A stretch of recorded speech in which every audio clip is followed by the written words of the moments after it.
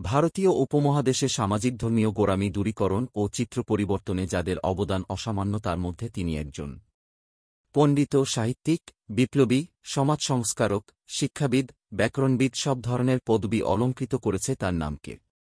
সমাজ সংস্কারে অসামান্য অবদান রাখায় সম্রাটের কাছ থেকে পেয়েছিলেন রাজা উপাধি। অনেক ইতিহাসবিদ তাকে ভারতীয় রেনেসাঁর জনক মনে করেন।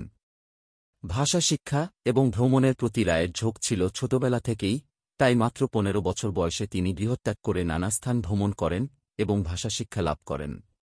পাটনা থেকে আরবি ও ফার্সি ভাষা শেখেন। কাশী ও নেপালেও গিয়েছিলেন তিনি।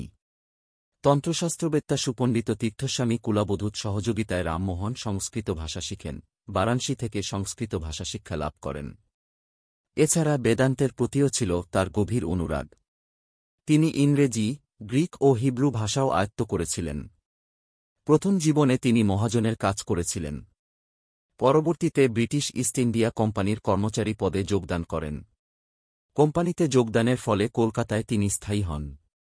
এখান থেকেই প্রকাশিত হয় ফার্সি ভাষায় লিখিত তার প্রথম গ্রন্থ তুহফাতুল মুহাহিদিন, যা থেকে রায়ের একেশ্বরবাদের সমর্থনের ধারণা লাভ করা যায়। রাজা রামমোহন সাহিত্যে অবদান রাখলেও সংস্কারক হিসেবে তার অবদান বেশি। সমাজের বিভিন্ন অনিয়মের বিরুদ্ধে তিনি সদা সোচ্চার ছিলেন।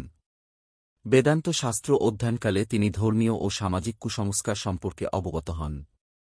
অশাস্ত্রীয় এবং নীতিবিগর্হিত সতীদাহ, বহুবিবাহ, বাল্যবিবাহ এবং বর্ণপ্রথার বিরুদ্ধে তিনি কলমি যুদ্ধ চালানোর পাশাপাশি এগুলো রোধে আইন প্রণয়নের জন্য ব্রিটিশ সরকারের প্রতি আহ্বান জানিয়েছিলেন।